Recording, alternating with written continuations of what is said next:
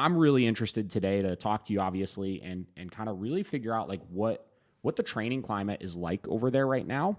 Like what kind of actual ramifications this is going to pose dog trainers like yourself, and what sort of things you guys are doing to kind of push back against it, and what kind of things that we can do over here in the States to help push back against it on your behalf, and obviously stop it from continuing to move this way. So that's kind of how I got connected with you, is from that comment. And like I said, I've been following you since, and you're putting out really, really awesome work. So I'm pretty excited for the conversation. Thanks, mate. Yeah. Yeah, good. I'm excited to be on, mate. Yeah. So I think it's safe to say, make no mistake about it, this is coming to the US. You know, unfortunately, this kind of radical left view on dog training is taking over, this force-free ideology. And, you know, I'm sure we're all in agreement that if dogs could be trained with purely biscuits and fun, we'd all be doing that. Do you know what I mean? It's just it's not feasible. That, you know, no mammal on the planet learns in that way. Yeah. We have to have the good experiences and the bad experiences to formulate our chosen behavior. And I think this is the problem we're facing now. Whilst dog trainers over the last 20 years have been, you know, head to the ground, working with dogs, rehabbing dogs and working with people, the force-free ideology side of it have been implementing seeds into education and academia all this time. And this is what we're seeing now. We're seeing it's completely taken over. If you go towards any formal credentials in dog training, it's heavily influenced by force-free ideology. And what comes with that is massive funding, because it's controlled by the major rescues. They have a lot of funding to put into this, let's say, research. But we all know what that means. And they have a lot of say what goes into the education side of things. So, you know, the public are being absolutely brainwashed, indoctrinated by nonsense.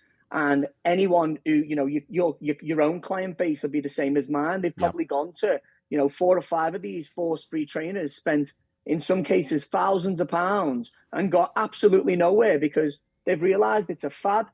And what's happening is there's so much money and power from the major charities that they put all their efforts into getting tools like, you know, the e-collar is the first one. They're going to come after everything until all forms of positive punishment, negative reinforcement are banned. That's what they want. Yeah. And the reason why they're coming after it hard and putting so much money into their own research and their own lobbyists and campaigns is because they stand to profit lucratively from any tools that actually achieve result. You know, obviously the methods matter, but the tools make it a lot easier for the average dog owner to get to grips with what they need to be doing to get their dogs to, you know, let's say, play the game we say over here. Sure. And when you eradicate that, you can then push that force-free ideology onto the public and further it even more.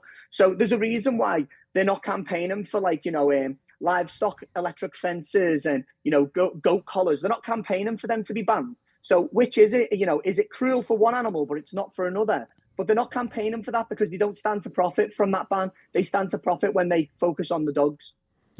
Yeah, definitely. And, you know, a lot of the arguments that I've been seeing as I've been following you and a lot of other people that are over there kind of pushing back against it right now is a lot of the conversation is surrounded around, it looks like, dogs on farms, right? And injuring livestock and things like that. Is that a big thing? Is that so I'm assuming that's a very, very big thing over there. That's a big part of it.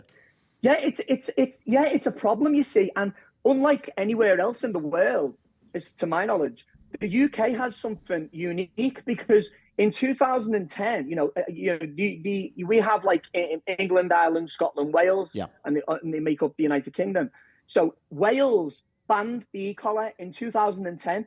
So we've got all these statistics to go from. So, for example, Wales, when they compare the amount of sheep that have been killed by dogs, Wales has 4 times more sheep killed by dogs than England, Ireland, and Scotland put together since the ban of the e-collar. They also have 3 times more dogs shot dead by farmers than all England, Ireland, and Scotland put together. The stats are out there to what can be expected if you ban the collar.